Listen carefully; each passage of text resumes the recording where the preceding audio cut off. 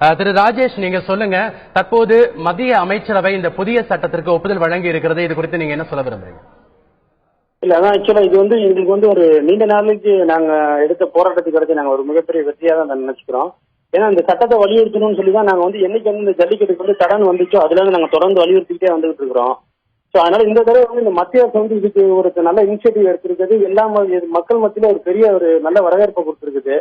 அது மட்டும் இல்லாம இப்ப எப்பன்னா ஜல்லிக்கட்டு ஆர்வலர்கள்லாம் இந்த தடவை நடக்குமா அப்படின்ற ஒரு பெரிய எதிர்பார்ப்புல இருந்ததுக்கு மாநில அரசுல அம்மா இந்த கோரிக்கையை மோடி கிட்ட, பிரதமர் கிட்ட இதை வலியுறுத்தினதுல மாநில அரசுக்கு நாங்க இதுல பெரிய நன்றியை தெரிவிச்சுக்கிறோம். ஏன்னா அவங்களோட அழுத்தம் தான் இதுல ஒரு மிகப்பெரிய வெற்றிக்கு இது எங்களுக்கு பெரிய ஒரு உறுதுணையா இருந்துச்சு.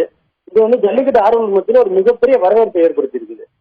திரு ராஜேஷ், அதாவது மீண்டும் இந்த விலங்குகள் நல அமைப்பு மற்றும் பீட்டா போன்ற 13 அமைப்புகள் இதுக்கு தடை விதித்தால் அது பத்தி நீங்க என்ன நினைக்கிறீங்க?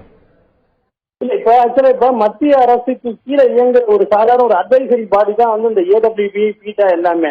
இப்ப மத்திய அரசு இதுக்கு சட்டம்ன்றத இதுக்கு பாஸ் பண்ணிட்டாங்க அப்படின்னா இனிமேல் இது ஜல்லிக்கட்டுக்கு இனிமேல் எப்ப எந்த பிரச்சனையும் இருக்காது, நிரந்தர தீர்வு கிடைக்கணும் தான் நம்ம சட்டம் பாஸ் பண்ணிருக்கோம். சட்டம்ன்றதை எப்படி பாஸ் பண்ண போறாங்க அப்படின்னா இப்ப அனிமல் குரூவல்டி ஆக்ட் 1960 மாடிஃபை பண்ணி தான் சட்டமே பாஸ் பண்ணுவாங்க. ஸோ மாடிஃபை பண்ணி பண்றப்ப என்ன சொல்றோம் அப்படின்னா விலங்குகள் நல வாரியம் கொடுத்திருக்க கைட்லைன்ஸ் எல்லாம் நாங்க ஃபாலோ பண்றோம். தவறுதல் இருந்தா அந்த தவறுதல் நாங்க திருத்திக்கிறோம் சொல்றதுக்கு தான் இப்ப சட்டமே பாஸ் பண்றாங்க. ஸோ இதுல எந்த விதமான காம்ப்ளிகேஷன் இருக்க மாதிரி தெரியல. சப்போஸ் இதுலதான் காம்ப்ளிகேஷன் இருக்க மாதிரி ஏடபிள்யூ பீட்டா போற மாதிரி இருந்துச்சுன்னா அதுக்கு மத்திய அரசு தகுந்த நடவடிக்கை எடுப்பாங்க நாங்க நம்புறோம்.